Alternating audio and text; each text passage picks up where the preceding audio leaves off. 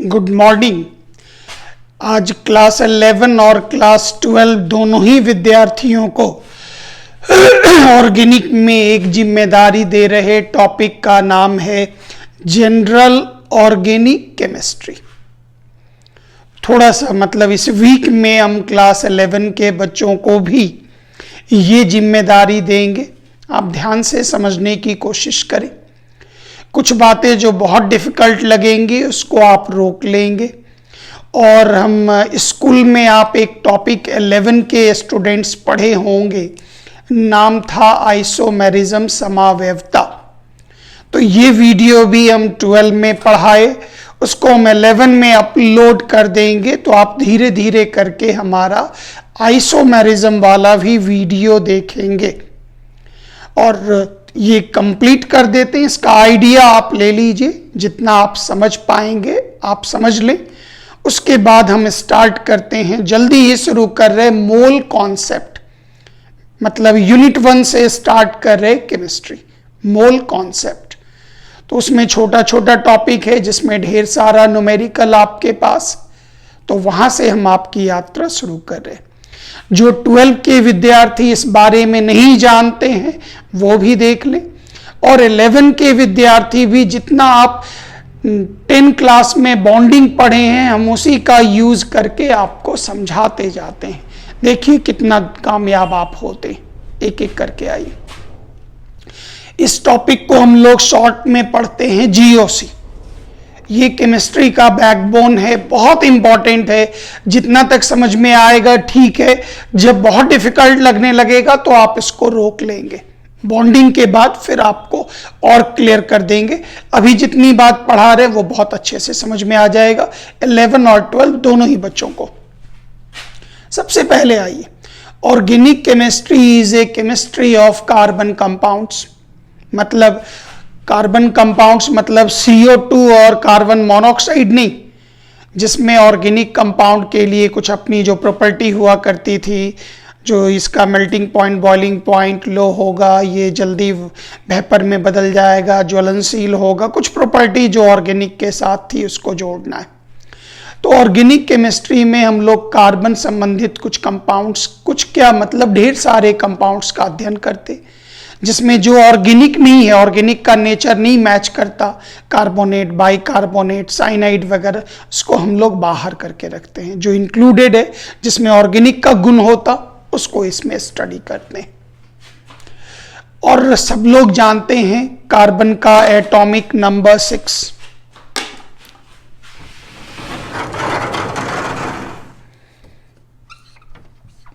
Electronic configuration 2,4। अपना octet पूरा करने के लिए कार्बन इलेक्ट्रॉन का शेयरिंग करता, ओवरलैपिंग करता है। स्कूल में सब लोग जानते हैं 1 2 3 4। ये हाइड्रोजन के साथ शेयरिंग किया, याद कीजिए हाइड्रोजन का 1 इलेक्ट्रॉन 1 इलेक्ट्रॉन 1 इलेक्ट्रॉन 1 इलेक्ट्रॉन हम ऐसे लिख दिए हैं, लेकिन हकीकत में वो ऐसे बगल में लिखा जाता, दर्शाने के लिए हम लिख दिए। तो यहाँ पे कहता है कार्बन हाइड्रोजन के साथ इलेक्ट्रॉन का शेयरिंग करता। नए थ्योरी में कहा गया शेयरिंग के बदले ओवरलैपिंग, मतलब उसके इलेक्ट्रॉन एक के बादल, मतलब इलेक्ट्रॉन एक दूसरे के अंदर साझेदारी कर लेता, शेयरिंग कर लेता, ओवरलैपिंग कर लेता। शेयरिंग का ही नया नाम ओवरलैपिंग हो गया। नए थ्योरी में ओवरलैपिंग हम लोग उसको बोलते। आगे आइए, किसी भी ऑर्गेनिक रिएक्शंस की जब भी हम आपसे चर्चा करेंगे, जैसे हमने एक ऑर्गेनिक रिएक्शन लिया, तो उस ऑर्गेनिक रिएक्शन के अंतर्गत आपको इन शब्दों से परिचित रहना पड़ेगा, बुक में मिलेगा। मतलब सबस्ट्रेट किसको कहते हैं, रिएजेंट किसको कहते हैं, सॉल्वेंट किसको कहते हैं, रिएक्शन इंटरमीडिएट किसको कहते हैं, लिविंग ग्रुप किसको कहते हैं, प्रोडक्ट किसको कहते हैं, बाई प्रोडक्ट या साइड प्रोडक्ट किसको कहते हैं। तो इतने चीजों के बारे में छोटी छोटी जानकारी आपको चाहिए। तो गौर करिए, एक एक करके जरा काम आप देखिए। हमने एक ऑर्गेनिक रिएक्शन लिया जिसमें CH3Br पर KOH का रिएक्शन किया, एक्वस मने वाटर में उसको घुलाकर प्रोडक्ट बना CH3OH, साथ में बना KBr। कैसे बना? वेरी सिंपल, याद कीजिए K पर चार्ज प्लस, OH पर माइनस। याद कीजिए कार्बन और ब्रोमीन में ब्रोमीन ज्यादा electronegative, fluorine, oxygen, nitrogen, chlorine, bromine, iodine, sulphur भी ले लीजिए, ये सब ज्यादा नेगेटिव एलिमेंट हैं। पहले से 11 वाले भी जानते हैं, रिडॉक्स में बहुत यूज किए, तो ऑटोमेटिक है। अभी हम शेयरिंग वाला चार्ज न डालकर डायरेक्ट चार्ज डाल रहे, वैसे ये डलेगा delta minus delta plus. Sharing के कारण जब बनता तो डेल्टा, इसको याद होगा पोलर कोवैलेंट बॉन्ड, ध्रुवीय सहसंयोजक बंधन कहते हैं। तो ये आप एक बार चेक कर लेंगे, ऑटोमेटिक है। जो माइनस वाला है वो किससे जुड़ेगा? प्लस से जुड़ेगा, क्योंकि विपरीत आवेश में आकर्षण होगा। और जो ये माइनस वाला है वो किससे जुड़ेगा? प्लस से जुड़ेगा। तो क्या बन गया? CH3OH और साथ में KBr, Br के नहीं, पहले पॉजिटिव और बाद में नेगेटिव को आप लिखिएगा। तो ये हो गया, एक रिएक्शन के बारे में चर्चा हो गई। तो ध्यान देना है, अगर कोई कंपाउंड ऐसा हो जिसमें मौजूद कार्बन प्रोडक्ट में भी मौजूद रह रहा, प्रोडक्ट में भी मौजूद रह रहा, और वो कार्बन से कोई दूसरे कंपाउंड का निर्माण हो, लेकिन ये कार्बन वाला हिस्सा मौजूद है, तो इसी को हम लोग नाम देते सबस्ट्रेट। सबस्ट्रेट नाम देते, मतलब जिसको आप याद कीजिए स्कूल में प्रतिकारक बोलते, तो प्रतिकारक में ही एक नाम होता सबस्ट्रेट। फिर दूसरा नाम आइए रिएजेंट। तो वह पदार्थ जो ऑर्गेनिक कंपाउंड के कार्बन पर अटैक मारता, ऑर्गेनिक कंपाउंड पर अटैक मारता, उस पदार्थ को हम लोग नाम देंगे रिएजेंट। वीडियो को 2-3 बार आप पलट पलट कर देखिएगा, खाली वर्ड सीखना है, रटना नहीं, खाली वर्ड सीख लेना है। तो ये इनऑर्गेनिक भी हो सकता, ऑर्गेनिक भी हो सकता है। तो रिएजेंट उस पदार्थ को कहते हैं जो ऑर्गेनिक कंपाउंड पर अटैक करता, उससे रिएक्शन करता, उससे प्रतिक्रिया करने के लिए उसको विवश करता, उसको नाम देंगे रिएजेंट। सॉल्वेंट मतलब घोलक। गौर करिए, KOH को वाटर में घुला रहे, तो वाटर यहां पर क्या कहलाएगा? सॉल्वेंट, घोलक कहलाएगा। फिर आगे आइए, रिएक्शन इंटरमीडिएट। तो रिएक्शन बहुत बार ऐसा होता पूरे ऑर्गेनिक रिएक्शन में, जो रिएक्शन के दरमियान कोई चीजें ऐसे बनती है जिसकी बहुत ज्यादा एनर्जी होती, बहुत कम समय के लिए स्टेबल होता और तुरंत आगे बढ़ जाता है। तो रिएक्शन इंटरमीडिएट पर ढेर सारा टॉपिक चीज आप सीखेंगे। तो रिएक्शन इंटरमीडिएट किसको कहते हैं? इंटरमीडिएट गौर करिए, कोई बच्चा 10 का बोर्ड दिया, फिर याद कीजिए ग्रेजुएशन दिया, तो 10 और ग्रेजुएशन के बीच में आप जो जिस क्लास में है उसका नाम हो गया intermediate in science, ISC 11-12। Intermediate मतलब बीच। तो रिएक्शन के दरमियान में जो बीच में जो पदार्थ बनता, जो बहुत ज्यादा अस्थाई है, अनस्टेबल है, तुरंत वो टूटकर दूसरे में बदल जाता, जुड़कर बदल जाता, उसको नाम देते रिएक्शन इंटरमीडिएट आएगा। जैसे ढेर सारा रिएक्शन, जैसे इसमें गौर से देखिएगा, जब इस तरह से कोई अल्काइल टूट जाए तो उस पर कोई भी प्लस चार्ज हो जाए, माइनस चार्ज हो जाए, तो उसको हम लोग कार्बन ऑर्गेनिक कंपाउंड वाले टुकड़े से ही आपको इंटरमीडिएट की प्राप्ति होती है। उसको कहते हैं reaction intermediate. Leaving group, leave मतलब विस्थापित होना, जगह छोड़ना। गौर करिए, इस रिएक्शन में ध्यान दीजिएगा Br माइनस निकल कर बाहर आ गया। क्यों? क्योंकि इसका एकदम पावरफुल कैंडिडेट अटैक मारा, ये डर के मारे भाग गया। तो वह एटम या ग्रुप जो ऑर्गेनिक कंपाउंड से अपना जगह छोड़कर बाहर चला जाए, निकल जाए, जगह छोड़ दे, ऐसे ग्रुप को आप क्या नाम देंगे? Leaving group. लीव मतलब जगह छोड़ देना, मुक्त हो जाना, विस्थापित हो जाना। जिस चीज का निर्माण होगा उस चीज को आप क्या नाम देंगे? प्रोडक्ट। प्रोडक्ट में भी दो प्रकार का, जो कार्बन वाला कंपाउंड बना उसको हम लोग नाम देंगे, वो हुआ मेन प्रोडक्ट, ज्यादा मात्रा में बना। और जो एक्स्ट्रा, जिसमें मेटल नॉन मेटल का अलग चीज या वाटर बन गया, कुछ भी बन गया, उसको नाम देंगे साइड प्रोडक्ट या बाई प्रोडक्ट। बस इतने ही वर्डों को सीखना है, एकदम इजी सा काम है। थोड़ा ध्यान दीजिएगा, तुरंत सीख लीजिएगा। एक एक करके जरा काम करते हैं। आइए, रिएक्टेंट किसको कहते हैं? सबस्ट्रेट किसको कहते हैं? पहले यहां से शुरू करते हैं। तो वह रिएक्टेंट ऑर्गेनिक कंपाउंड का वह प्रतिकारक, ये पूरा रिएक्टेंट कहलाएगा।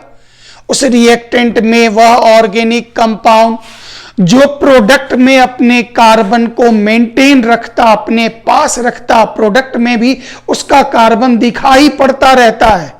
कार्बन देखना है, क्यों? क्योंकि organic compound is a chemistry of carbon.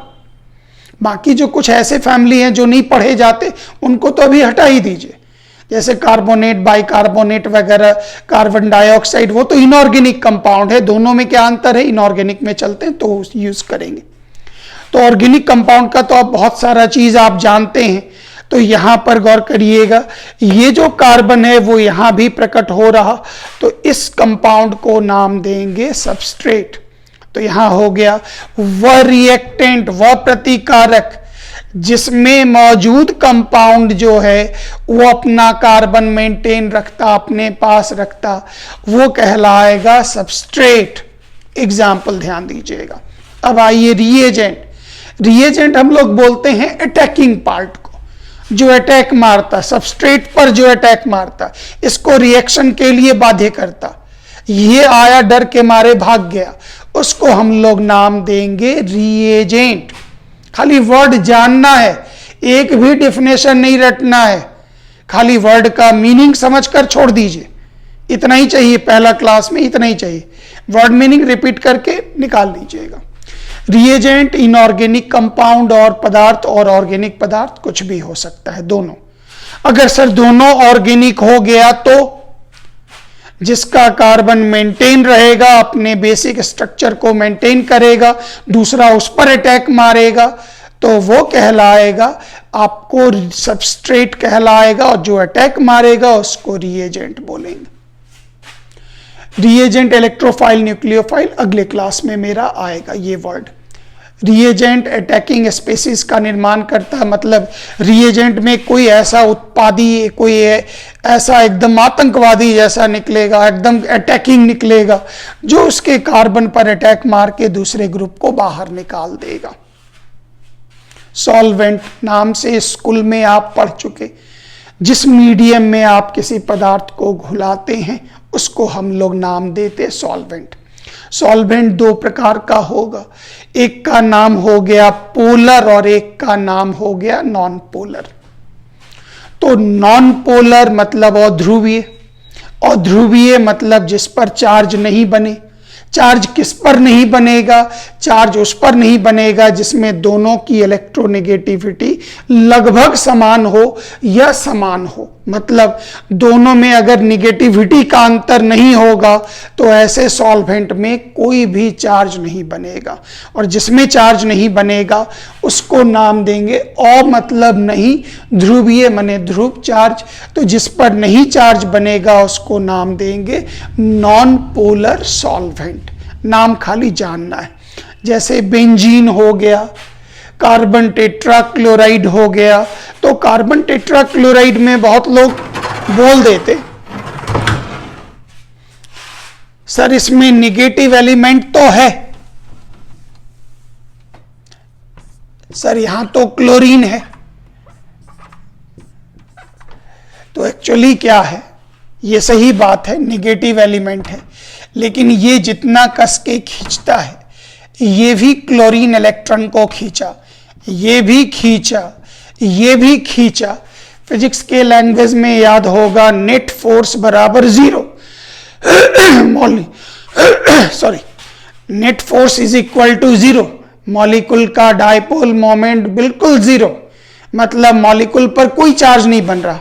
नहीं समझ में आया तो ऐसे देख लें, एक खूंटा को यहां गाड़ दिया गया, इधर से एक आदमी रस्सी पकड़े हुए, इधर से और इधर से, चारों तरफ से।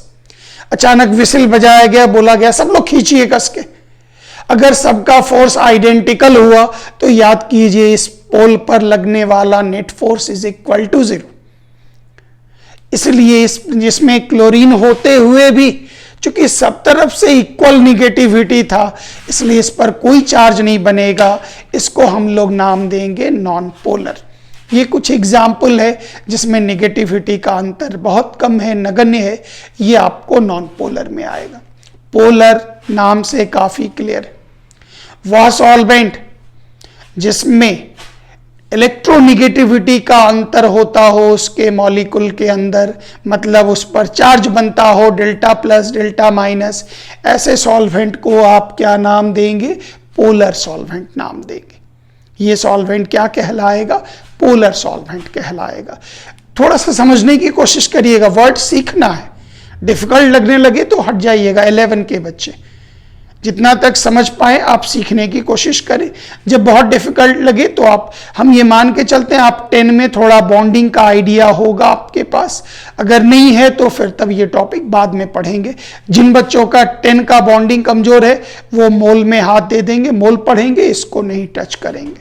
और जिनको 10 का बॉन्डिंग का आइडिया है वो आराम से पढ़ सकते हैं, आप एंजॉय करेंगे। याद कीजिए H2O हम जानते हैं, H2O के लिए एग्जाम्पल भी डाल दें। ऑक्सीजन 1 2 3 4 5 6, हाइड्रोजन से जुड़ा, हाइड्रोजन से जुड़ा। याद कीजिए, आपको आइडिया होगा, oxygen more negative bonded pair को खींच लिया, दुनिया का लुटेरा नंबर 2। खींच लेने के कारण इस पर कौन सा charge, plus delta plus del plus minus minus, मतलब इस पर चार्ज बन गया। क्यों बना, क्योंकि हाइड्रोजन किससे जुड़ रहा। तो जब कभी भी किसी भी एलिमेंट में जैसे कार्बन या हाइड्रोजन अगर fluorine, oxygen, nitrogen, chlorine, bromine, iodine इत्यादि से जुड़ा हो और उसका स्ट्रक्चर ऐसा हो जिसमें आपको लगे जो दोनों कैंसिल नहीं हो रहा, कैंसिल नहीं हो रहा है, तो जिस पर चार्ज बन रहा उसको आप क्या नाम देंगे, पोलर।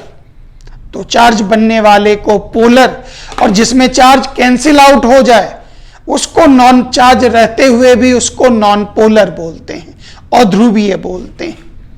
आगे आइए, पोलर प्रोटिक सॉल्वेंट, जरा 2 वर्ड ये समझ लीजिए, आपका यहां एक काम हो जाएगा, गौर करिएगा। सब लोग जानते हैं सबसे छोटा एक एटम ले रहे हाइड्रोजन। याद कीजिए हाइड्रोजन का atomic number is equal to 1, मतलब इसमें 1 प्रोटॉन और 1 इलेक्ट्रॉन्स। हाइड्रोजन के लिए याद करें mass number is equal to 1, और याद होगा mass number minus atomic number is equal to neutron. Mass number minus atomic number is equal to neutron, 1 minus 1 is equal to 0। इसका मतलब याद कीजिए ये हुआ न्यूक्लियस। न्यूक्लियस में प्रोटॉन और न्यूट्रॉन, प्रोटॉन की संख्या 1 और न्यूट्रॉन की संख्या 0। तो हाइड्रोजन एटम के न्यूक्लियस में 1 प्रोटॉन, पढ़ा चुके। इसमें इलेक्ट्रॉन की संख्या कितनी है? 1 इलेक्ट्रॉन। हमको पता है हाइड्रोजन एक इलेक्ट्रोपॉजिटिव एलिमेंट, विद्युत धनात्मक तत्व। अगर हाइड्रोजन 1 इलेक्ट्रॉन का लॉस कर दे, पढ़ा चुके 11 के वीडियो में देख लेंगे, 1 का लॉस कर दे तो H पर कौन सा चार्ज बन गया? H+ ion. इसमें इकलौता इलेक्ट्रॉन वो भी बाहर निकल गया, मतलब इलेक्ट्रॉन की संख्या 0। और न्यूक्लियस के अंदर क्या मौजूद है? प्रोटॉन। इसका मतलब यहां से very very important information, H+ ion का अगर आप पोस्टमार्टम करेंगे, काटेंगे, तो उसके अंदर से क्या बाहर निकलेगा? प्रोटॉन। इसलिए यहां से एक लाइन याद रखें सब लोग, H+ आयन का ही दूसरा नाम क्या होता? प्रोटॉन। H+ आयन को ही प्रोटॉन बोलते हैं। तो इस आधार पर गौर करिए। सॉल्वेंट, पोलर सॉल्वेंट दो प्रकार का, एक का नाम पोलर प्रोटिक सॉल्वेंट, ध्यान दीजिएगा, और एक का नाम पोलर एप्रोटिक सॉल्वेंट। मतलब वह पोलर सॉल्वेंट, पोलर मतलब जिस पर आवेश बनता है, वह पोलर सॉल्वेंट जो प्रोटॉन देता है, प्रोटॉन मतलब H+, तो वह सॉल्वेंट जो H+ आयन देता उसको नाम देंगे पोलर प्रोटिक सॉल्वेंट। और वह आयनिक या ध्रुवीय सॉल्वेंट जो प्रोटॉन नहीं देता, मतलब H+ नहीं देता, उसको नाम देंगे पोलर, वो ध्रुवीय है, पोलर एप्रोटिक सॉल्वेंट। जरा इसको भी क्लियर कर लीजिए, ये वर्ड एक दो जगह दिखाई पड़ेगा 11 में, 12 में काफी जगह यूज होता, तो वर्ड समझना है। इसको बहुत इजीली आप डिफाइन कर लीजिए। वह पोलर सॉल्वेंट जिसमें मौजूद हाइड्रोजन, यहां पर हम ले लें इस जगह पर,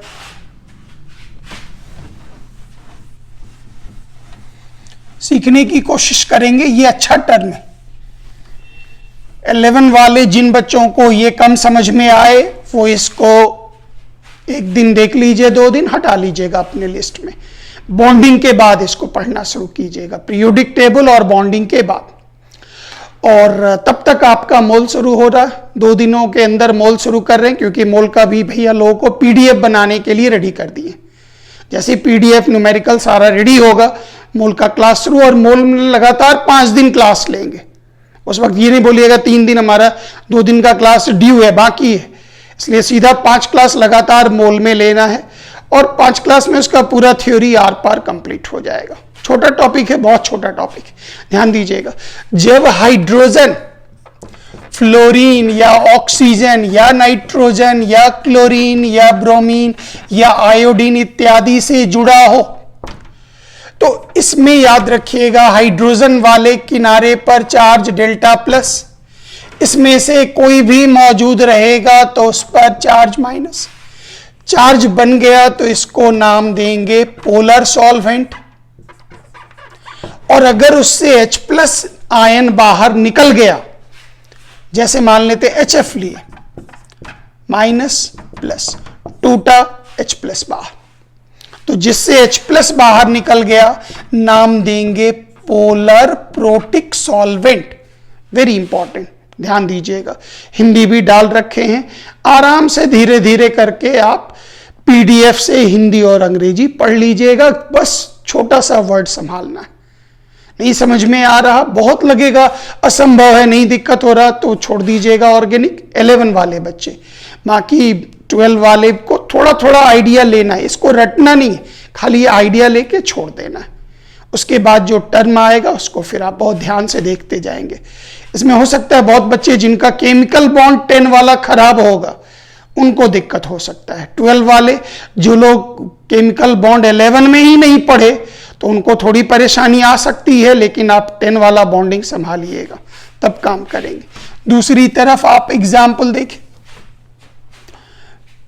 हमने एक कंपाउंड लिया,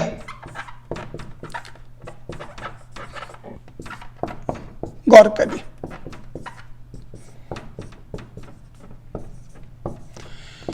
इसमें अगर आप ध्यान दें तो ऑक्सीजन और कार्बन में ऑक्सीजन ज्यादा नेगेटिव, इलेक्ट्रोनेगेटिव, विद्युत ऋणात्मक।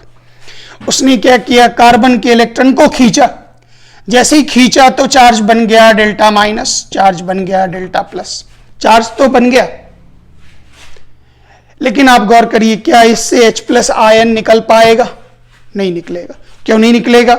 क्योंकि H प्लस आयन तब निकलेगा जब हाइड्रोजन जुड़ा हो, fluorine, oxygen, nitrogen, chlorine, bromine, iodine. आपका सारा का सारा हाइड्रोजन कार्बन से जुड़ रहा, और याद कीजिए ये एक भी हाइड्रोजन H प्लस आयन नहीं देगा, प्रोटॉन नहीं देगा। और ऐसे सॉल्वेंट को, इस प्रकार के घोलक को हम लोग नाम देंगे, ये पोलर है, पोलर एप्रोटिक, मतलब पोलर तो है लेकिन ये प्रोटॉन अर्थात H प्लस नहीं देगा। इसको नाम देंगे पोलर एप्रोटिक सॉल्वेंट। जैसे ये तो हो गया पोलर प्रोटिक सॉल्वेंट का एग्जाम्पल। सब में स्ट्रक्चर बनाइए, आपको कोई ना कोई हाइड्रोजन इससे जुड़ा हुआ नजर आ जाएगा, ये कहलाएगा polar protic solvent. Polar aprotic solvent, ध्यान दीजिएगा, नाम से काफी क्लियर, जिसमें इलेक्ट्रोनिगेटिविटी है लेकिन कोई भी हाइड्रोजन जो है वो H प्लस बन के प्रोटॉन नहीं देगा, इसे नाम देंगे पोलर एप्रोटिक सॉल्वेंट। ये पूरा वर्णन किया गया, सेम चीज सेम बातें लिखी गई। रीडिंग मार के एकदम छोड़ देना है, इसके पीछे बस वर्ड का मतलब दिमाग में रखें और धीरे धीरे करके उसको समझने की, सोचने की, रिपीट करने की कोशिश करते रहें। पोलर एप्रोटिक सॉल्वेंट, सबका स्ट्रक्चर बनाइएगा, ये सब शॉर्ट नेम है, डाइमिथाइल सल्फॉक्साइड, ये बड़ा बड़ा नाम है, आपको कोई टेंशन नहीं लेना है। इनका स्ट्रक्चर जब भी आप लेंगे, जैसे हमने एक का बना दिया, सी के जगह पर एस डाल दीजिए, 2 नंबर हो गया, फिर ये स्ट्रक्चर वगैरह अलग से आपको मिलेगा।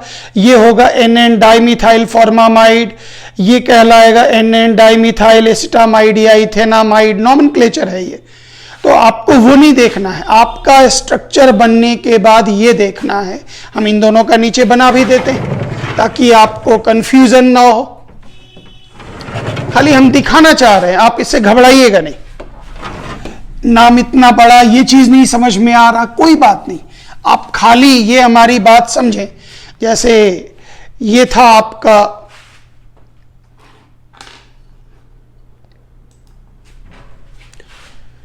ये था CH3, C double bond O CH3। इसमें एक भी हाइड्रोजन नेगेटिव एलिमेंट से नहीं जुड़ा, इसके जगह पर S कर दीजिए, इसका स्ट्रक्चर कंप्लीट। ये कहलाता डाइमिथाइल सल्फॉक्साइड, डाइमिथाइल सल्फॉक्साइड। नाम भारी है, नाम से मत डरिए, स्ट्रक्चर खाली गौर करिएगा। नीचे आइए, ये स्ट्रक्चर,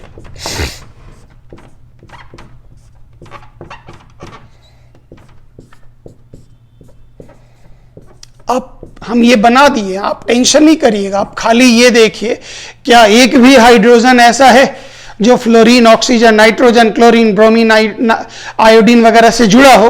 तो नहीं सर, ये हाइड्रोजन तो कार्बन, सर ये हाइड्रोजन कार्बन कार्बन कार्बन, नहीं सर कोई नहीं जुड़ा। इसका मतलब हो गया इससे कभी भी H प्लस आयन नहीं निकलेगा, और इस प्रकार के हम लोग सॉल्वेंट को नाम देंगे एप्रोटिक, मतलब जो प्रोटॉन नहीं देता, जो H प्लस आयन नहीं देता। नीचे भी लीजिएगा, स्ट्रक्चर बनाइएगा तो पता ही, इस H के जगह पर हटाकर आप लिख दीजिए CH3, नीचे वाला स्ट्रक्चर बन गया, नीचे वाला, सबसे नीचे वाला। यहां भी वही चक्कर है, सारा का सारा हाइड्रोजन तो कार्बन से जुड़ रहा, इसका मतलब दोनों की इलेक्ट्रोनिगेटिविटी बराबर है, ये कभी भी टूटने के बाद H प्लस आयन नहीं देगा। इसको नाम देंगे, ये सॉल्वेंट हमारा पोलर तो है, इस जगह पर प्लस माइनस दे दीजिए, यहां माइनस, यहां प्लस, यहां दे दीजिए, ये माइनस, ये प्लस, ये ज्यादा नेगेटिव है, फिर यहां पर माइनस दे, चार्ज बन रहा, लेकिन इससे प्रोटॉन H प्लस नहीं निकल रहा, नाम देंगे polar aprotic solvent. Reaction intermediate आगे आप पढ़ेंगे, जैसे मान लेते हैं कोई मॉलिक्यूल ऐसा लिए, पता चला उस पर कोई रिएजेंट अटैक किया, टूट गया, टूटने के बाद जो चीज बना वो अनस्टेबल, क्यों? क्योंकि उसका ऑक्टेट खत्म हो गया, उस पर चार्ज बन सकता है या अलग अलग चीजें बनती है। जिसका कुछ नाम ले रहे, free radical, carbocation, carbanion, carbene, nitrene, benzyne, इन सबको कहते हैं इंटरमीडिएट, मतलब रिएक्टेंट और प्रोडक्ट के बीच में बनने वाला चीज जो क्षणिक है, बना और कब गायब हो गया पता भी नहीं चला। उसकी एनर्जी हाई होती, वो अनस्टेबल होता, बहुत रिएक्टिव होता, उसी को नाम देते रिएक्शन इंटरमीडिएट। रिएक्शन के बीच में बनने वाला पदार्थ जिसकी उच्च ऊर्जा होगी, स्टेबिलिटी कम होगी, बहुत रिएक्टिव होगा, जल्दी से रिएक्शन कर लेगा, हम तो बर्बाद हो जाएंगे, जल्दी रिएक्शन करो। तो इस प्रकार के हिस्से को नाम देते रिएक्शन इंटरमीडिएट। रिएक्शन के बीच में बन भी सकता, नहीं भी बनता है। कई एक बार ऐसा रिएक्शन होता है जिसमें रिएक्शन इंटरमीडिएट नहीं बनता, एक ही बार में वो डिकम्पोज कर जाता, प्रोडक्ट में बदल जाता। फिर आइए, ये हाईली अनस्टेबल होगा, बहुत क्रियाशील होगा, ऊर्जा बहुत ज्यादा होगी, स्टेबल आपको टिक के नहीं मिलेगा। जो हम निकाल के उसको देखते हैं क्या है, क्षणिक में सेकंड के कितने नीचे भाग में वो खत्म हो जाता। कुछ को 10 to the power -6 second, -8 second, -10 second, 10 to the power -25 second, इतने कम समय में पता चला वो खत्म, गायब, सारा चीज खत्म हो गया। उसको नाम देते रिएक्शन इंटरमीडिएट। आगे ये नाम थोड़ा थोड़ा फैलेगा। वेरी स्मॉल, काफी कम समय के लिए ये बनता है। लिविंग ग्रुप आपको पहले ही पढ़ा चुके। किसी भी ऑर्गेनिक रिएक्शन में जो एटम या ग्रुप अपना जगह छोड़कर, मतलब आप कहीं बैठे हैं, पता चला हमको देख लिए तो आप रिस्पेक्ट में उठकर हट गए, तो आप हट गए तो यू आर लिविंग ग्रुप। या कोई भी आया तो आप अपना जगह छोड़कर हट गए, दूसरा आके बैठ गया, तो ये जो जगह ग्रुप छोड़ता उसको नाम देते लिविंग ग्रुप। ऑर्गेनिक में वो कहलाता लिविंग ग्रुप। और वीक बेस वगैरह अच्छा लिविंग ग्रुप होता, वो सबके लिए कोई दिक्कत नहीं। ये नहीं, खाली बस याद रखना जो ग्रुप जगह छोड़ेगा उसको लिविंग ग्रुप बोलेंगे। प्रोडक्ट ऑटोमेटिक है, जो बनेगा, बचपन से पढ़ते आए प्रतिकारक प्रतिफल, तो जो बनेगा उसको हम लोग नाम देते प्रोडक्ट। मेजर प्रोडक्ट, कई बार ऐसा होता जो किसी रिएक्शन में, हमने एक एग्जाम्पल लिखा, इस रिएक्शन को अगर आप गौर करेंगे तो इस रिएक्शन के प्रोडक्ट में दो दो ऑर्गेनिक कंपाउंड है, ये भी प्रोडक्ट, ये भी प्रोडक्ट, ये भी प्रोडक्ट, ये भी प्रोडक्ट, सब प्रोडक्ट। जो ज्यादा मात्रा में बने, बुक में लिखा होता है ये ज्यादा मात्रा में, क्यों बनेगा उसकी केमिस्ट्री बुक में ही है, उस टॉपिक में, उस चैप्टर में पढ़ना है। तो जैसे इस रिएक्शन में ये ज्यादा मात्रा में बना, तो जो ज्यादा होता याद होगा मेजर। याद कीजिए, बोलचाल में हम लोग बोलते हैं इसका उम्र, इसको वोट देने का अधिकार हो गया, बड़ा हो गया तो नाम दे देंगे मेजर। और पता चला वो नीचे के क्लास में है, अभी भी उसको वोट देने का अधिकार नहीं है, तो याद कीजिए उसका नाम हम लोग बोलते हैं माइनर। मतलब जो कम परसेंटेज में पाया जाता उसको नाम देंगे माइनर प्रोडक्ट, और जो ज्यादा मात्रा में पाया जाता उसको नाम देंगे मेजर प्रोडक्ट। और उसके अलावा जो बन गया उसको नाम देंगे साइड प्रोडक्ट या बाई प्रोडक्ट। तो माइनर प्रोडक्ट जो कम मात्रा में बना, बाई या साइड प्रोडक्ट जो अलग चला गया। ये टॉपिक आपका कंप्लीट हुआ। थैंक यू वेरी मच, जय हिंद। 11 के वो बच्चे जिनको ये नहीं समझ में आएगा, कृपया इस टॉपिक को रोक लेंगे, और आपको लगा एक क्लास और देख लीजिएगा, अगर लगा जो हम संभाल लेंगे, थोड़ा थोड़ा समझ में आ रहा, आइडिया लग रहा, तो कंटिन्यू करिएगा, नहीं तो आप मोल पढ़ना शुरू कर दीजिएगा, जो मोल 2 दिन बाद आपका मिल रहा, परसों से वेडनेसडे से मोल मिलेगा, मोल आप पढ़ लेंगे। और जिनको लगेगा जो नहीं हमको समझ में आ रहा, हम 1-2 क्लास और देखते हैं, तो देखते चलिएगा, नहीं तो यही वीडियो स्टोर करके रखेंगे जो आप आगे देखते जाएंगे। इसके साथ ये टॉपिक आपका कंप्लीट हो गया। थैंक यू वेरी मच, जय हिंद।